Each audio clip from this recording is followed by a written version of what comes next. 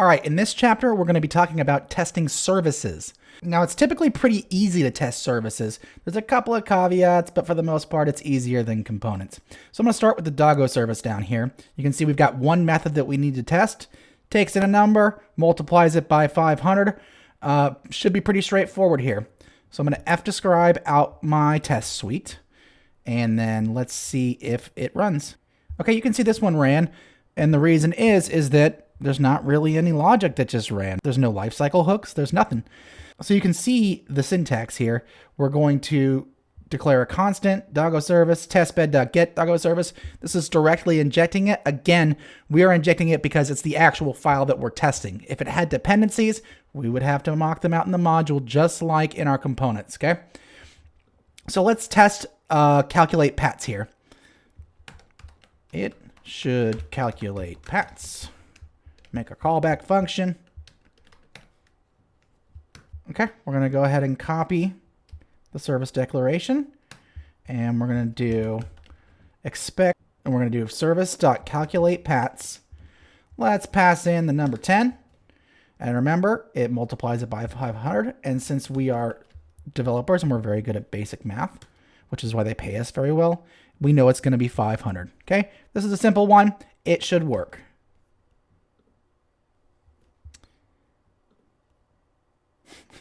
And as I said, we're developers and we can do basic math, and I didn't multiply by 500, I multiplied by 50.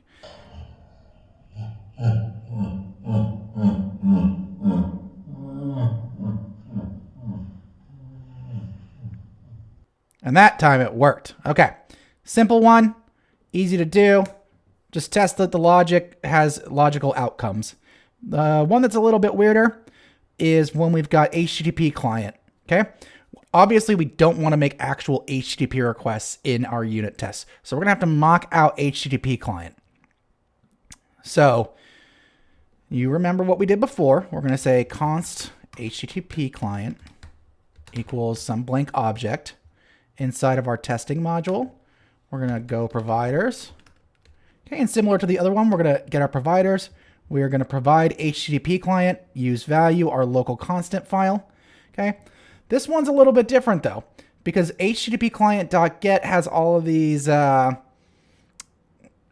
dependencies and stuff. It's kind of weird. And also, I mean, we're not really doing anything with it here. Okay. So what I'm going to use is what's called the Jasmine spy object. Jasmine.createSpyObject. Now there's spies and spy objects. You can read more about that on the actual Jasmine documentation, which I will put the link below. Basically, they keep an eye on any injected method requests and things like that. And you can use them to tell if that method's ever been called, or you can return fake mock values from them too. It's just another way to mock things out, okay?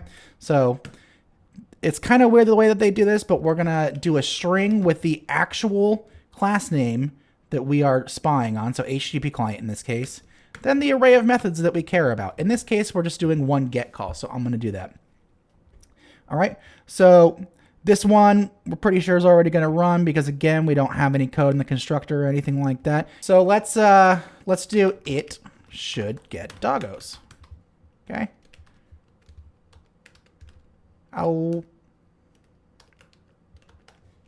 Service.getDoggos is going to return whatever comes back from this.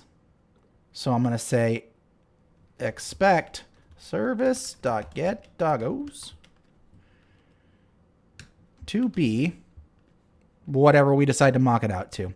So this is a weird quirk of Jasmine. I wish that they had done the syntax like this. When HttpClient.get, then return value whatever. They didn't do it like that for whatever reason. This is what it actually is. HttpClient.get and return value. I'm going to say 200 for a success. Okay. It can be anything you want. This looks like it runs the actual call HttpClient.get, but it doesn't. It's just saying when HttpClient.get is called, return this particular value. Okay. So we should expect that service.getDoggos will return us 200. And of course we have to mock the service in here. Angular will yell at us. All right, this guy should run, hopefully. You never really know until it gives you the success. Oh, geez. So we need to do some typecasting here. To be 200 as any.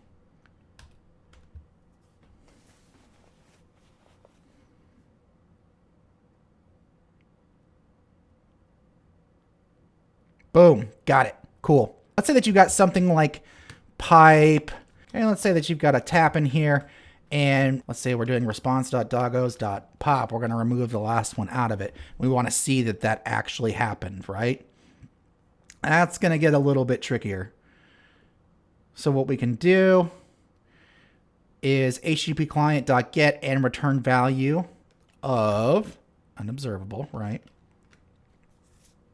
And we're just going to make up a mock object. We only care about doggos, right? Doggos 1 and 2. Okay. We're going to have to run the fake async zone here because we've got asynchronous code.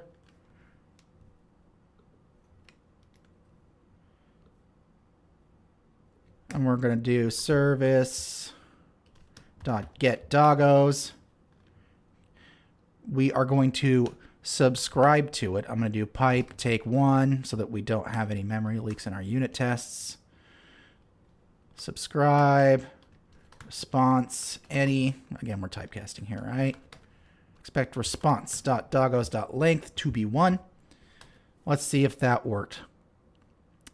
Probably not, because we have to tick. Remember, we are going to run tick to say, hey, run our asynchronous code. Let's check out and see if it worked. Okay, it worked. Yay! Those are the basics of service testing. You know, it can get complicated when you have complicated shared logic in a service and you've got to test that the exact outcome is there. Typically, the hardest part is just getting everything set up, though. Up next, we'll cover testing directives.